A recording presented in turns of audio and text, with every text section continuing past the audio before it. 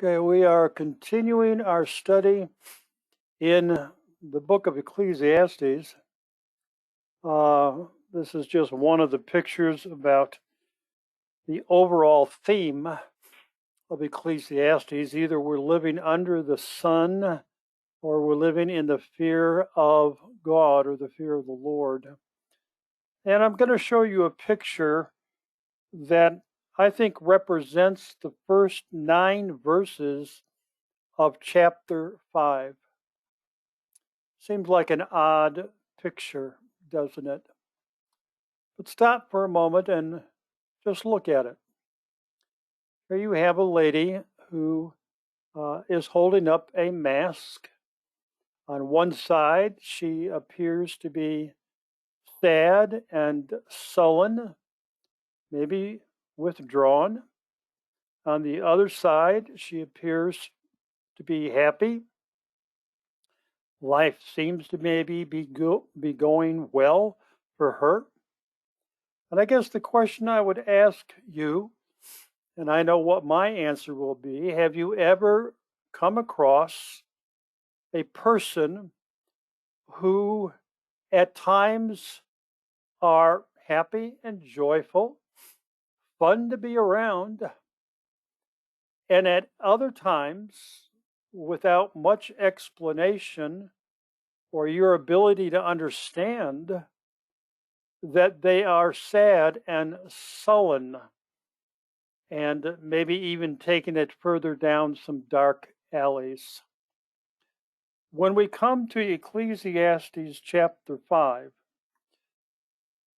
we are going to be talking about a moment of spiritual lucidity in Solomon's life, because he talks very plainly about the overall theme of these 9 verses about approaching God.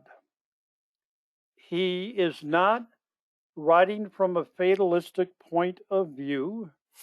There's so many people on earth, who's going to know what's going on? This is vanity. This is emptiness. This is chasing after wind. I'm going to leave my inheritance to somebody who probably hasn't worked a day in their life, and on that he has gone in the first 4 chapters. Here in chapter 5, in these first 9 verses, he talks about approaching God, and he talks from a very solid biblical foundation. And I see it being broken down in 5 areas. So first of all, in verse 1, he talks about our preparation to meet God. Notice in verse 1, guard your steps as you go to the house of God, and draw near to listen, rather than to offer the sacrifice of fools, for they do not know they are doing evil. Now, there's a couple of action words there. If you are a Bible student looking at this from a study perspective, the first is guard. Guard your steps.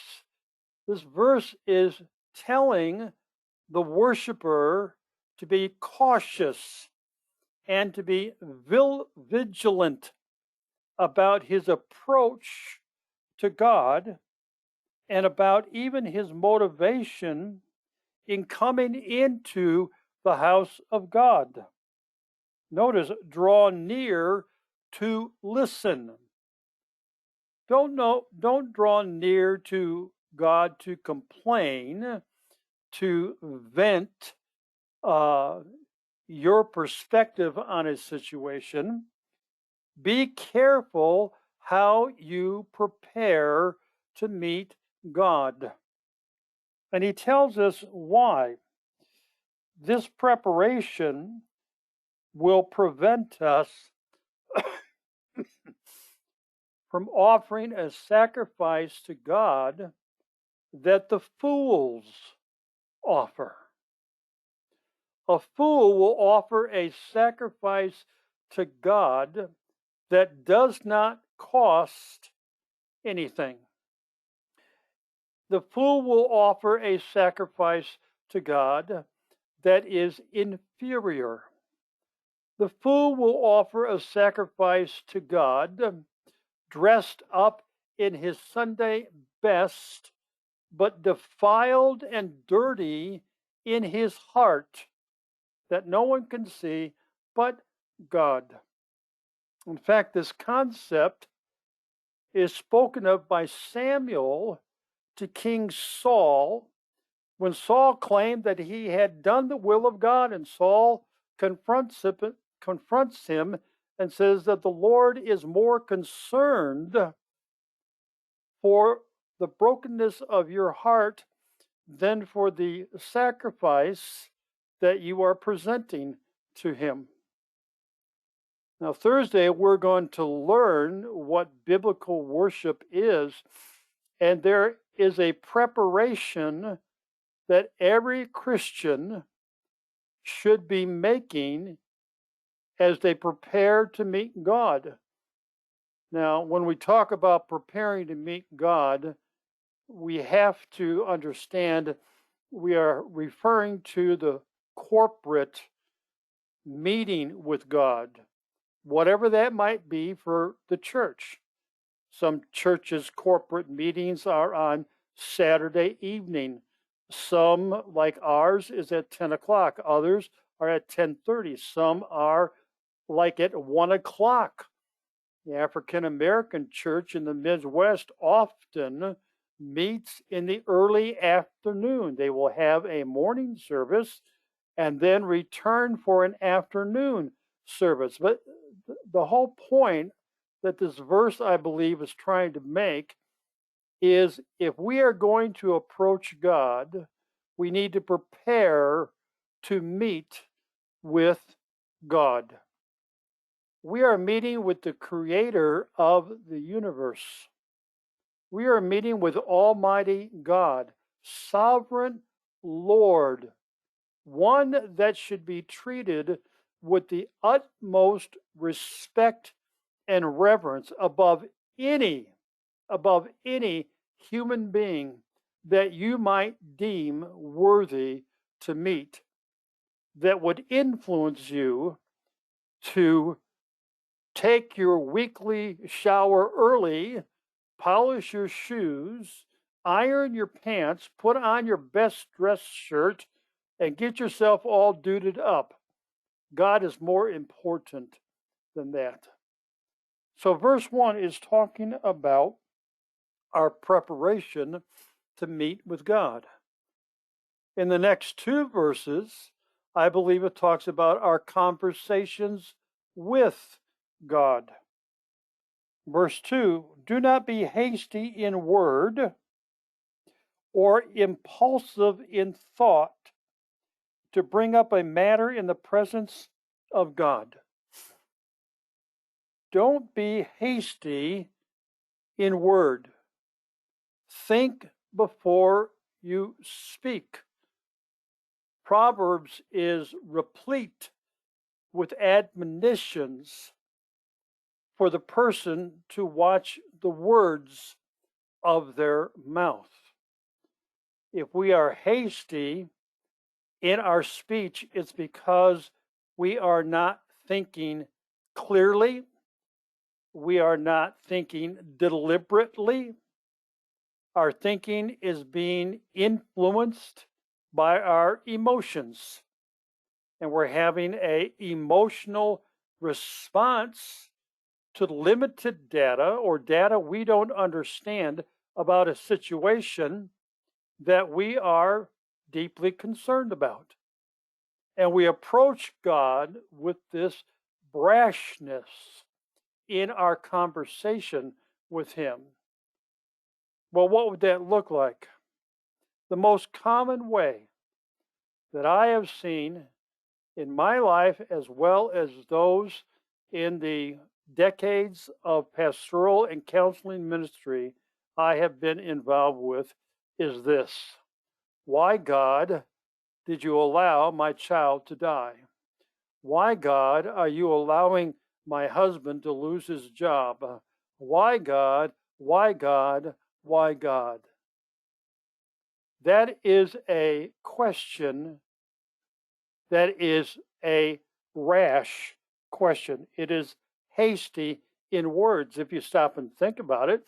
When you ask somebody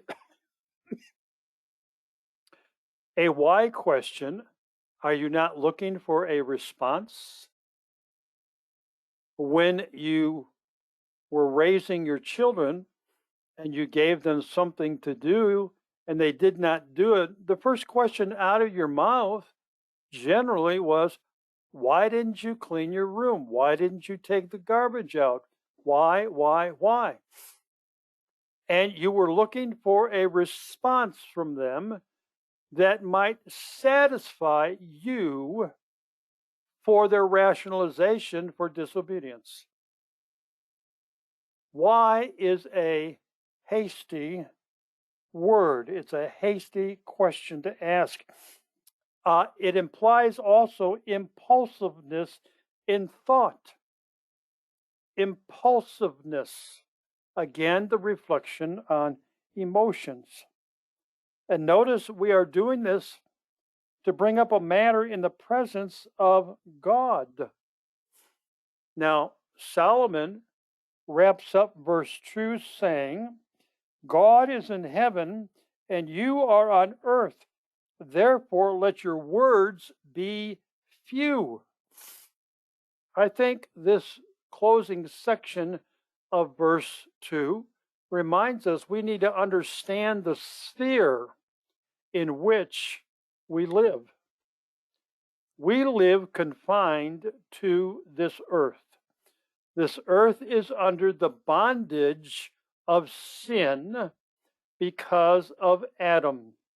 It's waiting, according to Romans chapter 8, to be released from the bondage of sin, and that will only take place when those who are redeemed are raptured. So we are living in a world of bondage to sin. We are living in a world that walks according to the course of its own thinking and philosophy. Colossians chapter 2. This is the world that we live in. Now, when we understand that, we should also accept that our reasoning is finite. We don't have complete knowledge and understanding of situations. Frankly, recent judicial decisions that have been made have left me confused. I don't understand how in one case the decision was this, how in another case the decision was that. I live in a finite understanding of this world. And so Solomon says, remember, God is in heaven. Now, why is this encouraging? Because God is transcendent. That big word simply means outside of time. God is outside of time. God is above this sphere that we live in. He has a better perspective. He has a more complete understanding because he is omniscient. And then in verse 3, he kind of reminds us about something where he says, for the dream comes through much effort, and the voice of a fool through many words. I think what Solomon is saying here is that here man tries to dream something, tries to bring something through fruition, and it requires so much effort. And the voice of a fool just keeps on speaking. And Proverbs tells us, in the multitude of words, there is sin. So, when approaching God, we need to understand our conversation with Him. And we are on planet Earth, and He is in heaven, and therefore we can have great hope and encouragement because of where He resides at. Then in verse 4 and 5, approaching God, I believe, involves our commitments made to God. Verse 4, when you make a vow, you make a promise, you make a pledge to God, do not be late in paying it. Now, notice it doesn't say, don't forget to pay it. It says, don't be late in paying it. So, when vows are made, promises are made, pledges are made, generally it's within a scope or a period of time. And it is real easy for us to allow time to slide by us, and we delay in paying our vow that we made to God. The promise that you make, let's consider this. The marital promise that a couple makes when they get married, whether it's the JP or whether it's at a local church, a vow is made, a promise is made. That promise is made in the presence of God. Now, there are witnesses. There's the preacher, there's the best man, there's the bride's maid of honor, there's the congregation, whatever it might be, but the vow is made to God. And that vow is a permanent vow. It is not one subject to the whims of personal change because I didn't know what I was getting into. Do not be late in paying your vow. Why? God takes no delight in fools. See, that's what a fool does. A fool will make what I call a foxhole vow or a near-death experience vow. Here we are in a military battle. We are about to be overrun. The soldier is sitting in the foxhole, and he knows that it is a very dire situation. And so he cries out, God, if you will just spare my life, I will serve you forever. Or the person is laying in the hospital ward, and he cries out to God, I will serve you forever if you will just heal me. Those are vows made by a fool, because once I'm healed, once I have been rescued by the invading armies, a large percent of the time we forget that vow and we don't pay it. Remember, vows are made in the presence of God, and so if we are delayed in paying our vow, if we justify not paying that vow, we are sinning against God. We are breaking our oath before God. He goes on to say in verse 5, it is better that you should not vow than that you should vow and not pay it. Now, I think this verse gives us some boundaries about making vows. If someone asks you to do something, you should stop and analyze the commitment you're about to undertake. Do I have the time? Do I have the skills? Do I have the resources? How long is this commitment? When does the commitment begin? When does the commitment end? Will I have resources to help me with the commitment? Will there be others joining me in fulfilling the tasks?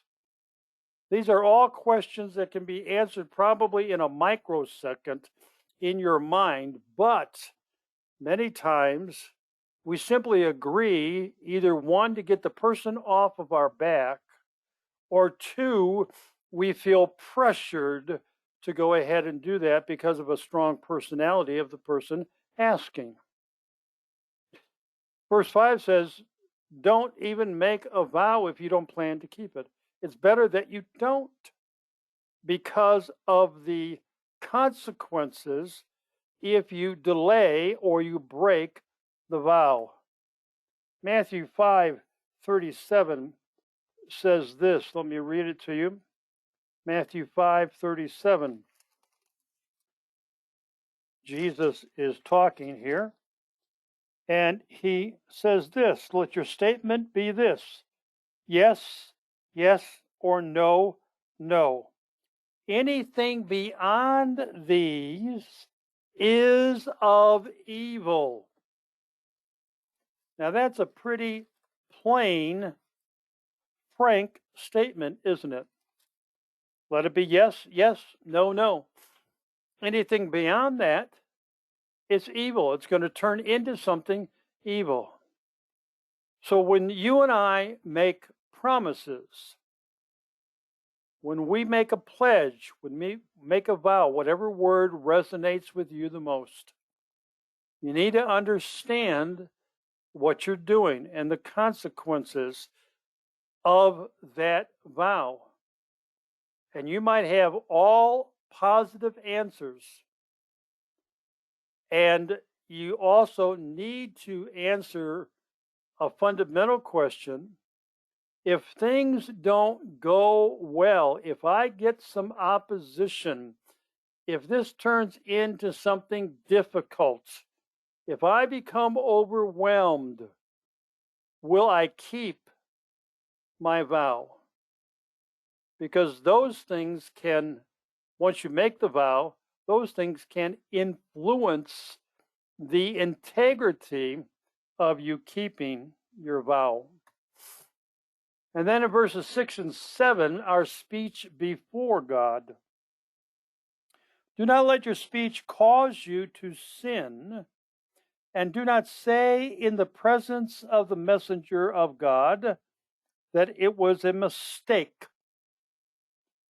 Proverbs again is replete with verses about our speech and about the necessity for the speaker to set a watch on and over his mouth. So Solomon is saying here, don't let speech become an occasion for you to sin. Now, that could mean that you are actually sinning in your speech, maybe vulgarity, attitude, hatred, whatever. But I think it could also include that I have said something and now there is hindsight and regret that I shouldn't have said that. I shouldn't have said that. And I think all of us have probably experienced that sometime in our life. We say something and then we pause and think to ourselves, maybe a little bit later on, wow, I shouldn't have said that. I shouldn't have said that. I need to go try to set that straight. He goes on to say in verse 6, even when a messenger comes and confronts us, don't be so glib, don't be so cavalier that you say, oh, it was just a mistake. I didn't mean anything by that. I was just joking. Our youngest daughter, Debbie, probably in her early teens, she was quite a verbal rapscallion. Unfortunately, this was influenced by a youth pastor at the church that we were attending. He he had permitted and demonstrated coarse jesting, and the kids picked up on that, thinking it was okay. Well, Debbie started bringing that stuff home, and then when confronted with it, not realizing how she had been hurtful to her siblings, her common retort, "I was just kidding. I didn't mean anything by it." And she failed to realize how her speech was contributing to sinful actions. It goes on to verse 6, "Why should God be angry on account of your voice and destroy the works of your hand?" God gets upset. God gets angry with our voice, with our speech. And I'm not quite sure about destroy the work of your hands, except perhaps to consider, as Solomon did, that whatever he put his hand to, it came to naught. So is it possible that our speech can be viewed as angry from God, and that his hand of blessing on what we are attempting to do now is turned against us? It says in verse 7, here we go again, "For in many dreams and in many words there is emptiness. Rather fear God." So again, Solomon comes back and says, in light of approaching God, this is the biblical way to do it. Any other way is emptiness. We should rather fear God.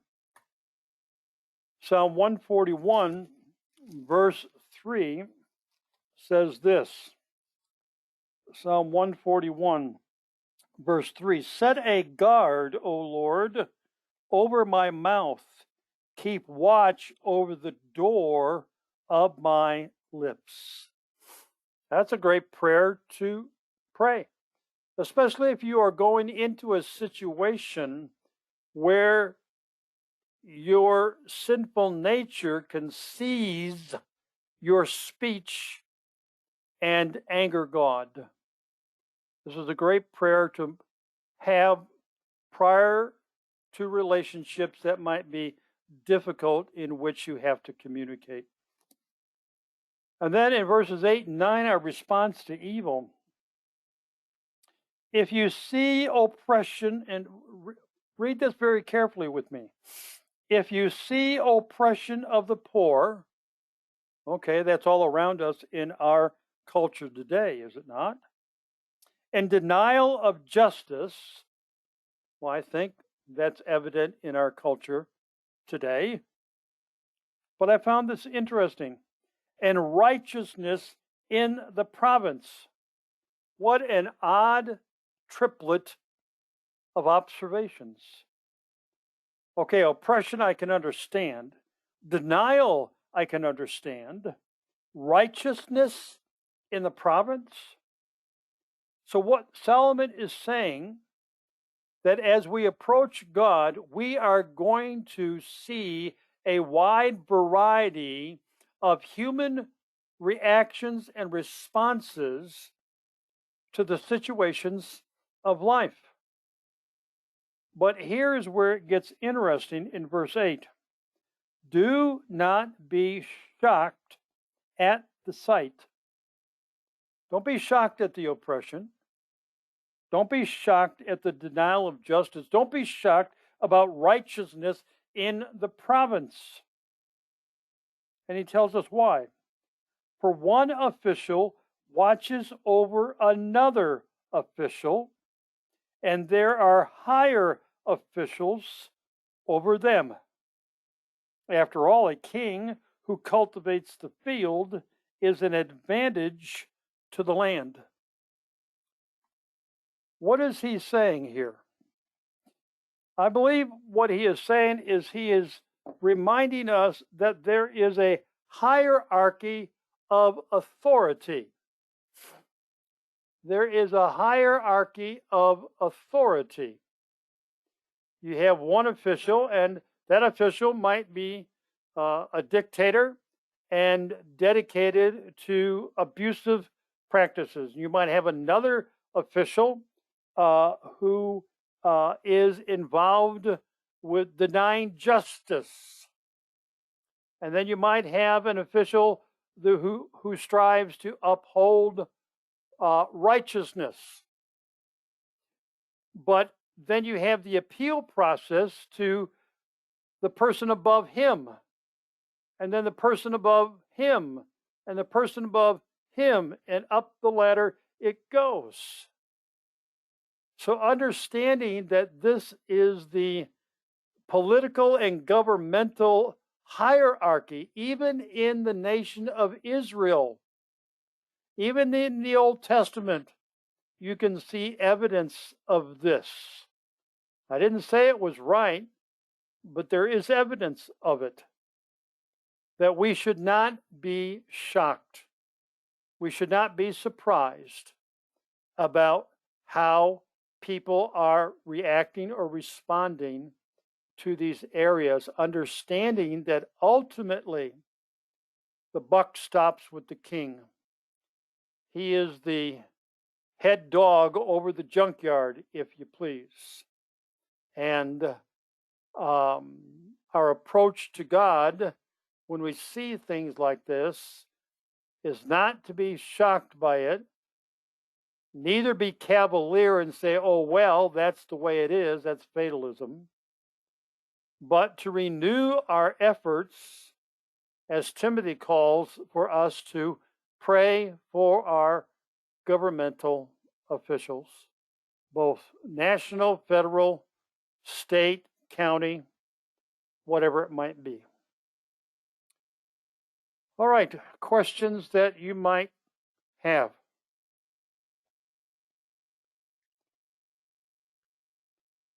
I have one.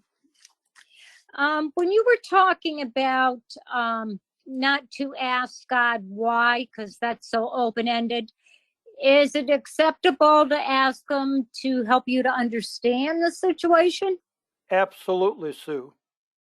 That's the what question. Okay. Okay.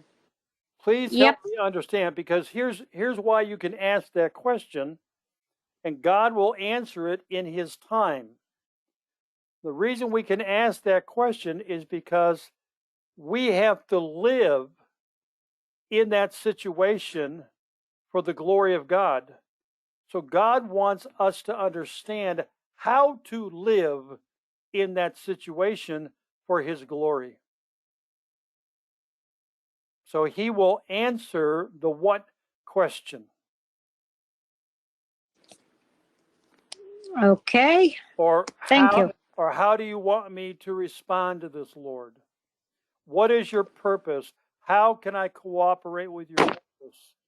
But the why question is calling God into spiritual accountability to me to explain His sovereign actions. And I'm a betting man that if God were to explain His sovereign actions in a situation that you are facing, you would not like His explanation. That's just the way it is. True. Great question, Sue. You got your thinking cap on tonight. Yes, I do. All right. Anybody else? I think I talk too much. I talk too much. No, you don't talk too much. I haven't heard a peep out of you. But naturally, I talk too much, and I'm sure the Lord is scratching His head. Oh, goodness. Let me just add this for you, for all of you, okay? And I think I've said it a couple of times. The word why is mentioned hundreds of times in the Bible. And it boils down to three relationships. Man asking man why. And he's looking for an explanation that will satisfy his question.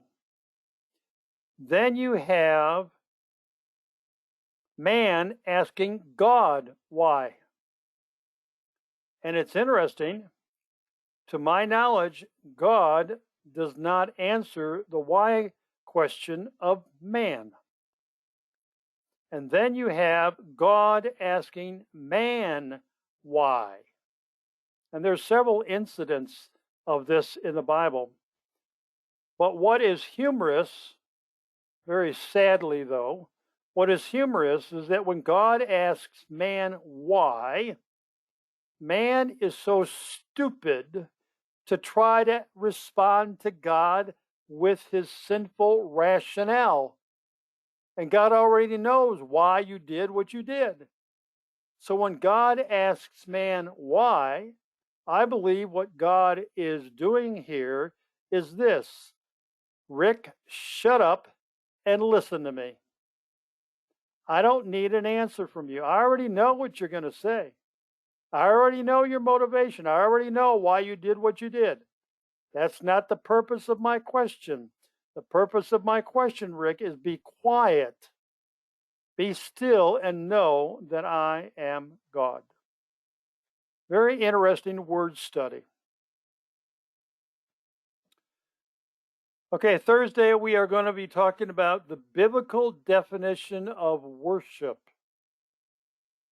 Sunday morning we are going to be talking about Noah. Very, very interesting study about the faith of Noah. You will learn some very important things about this man's faith and how we can imitate his faith in the world that we live in today, because our world is no different than Noah's world. And then Sunday night, we are going to continue about cultural norms, and we will be dealing with the topic of helping someone who is suicidal. Someone who is suicidal.